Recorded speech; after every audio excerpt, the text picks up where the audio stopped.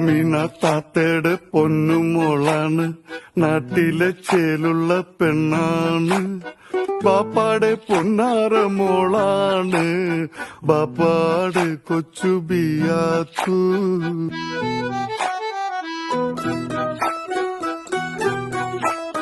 കരിമീൻ പിടക്കണ കണ്ണാണ്, കവിത തുടിക്കണ കണ്ണാണ്. കരളില് മുന്തിരിച്ചാറ് നിറയ്ക്കണൊരഴകിന്റെ പൊന്നുളി മുത്താണ്.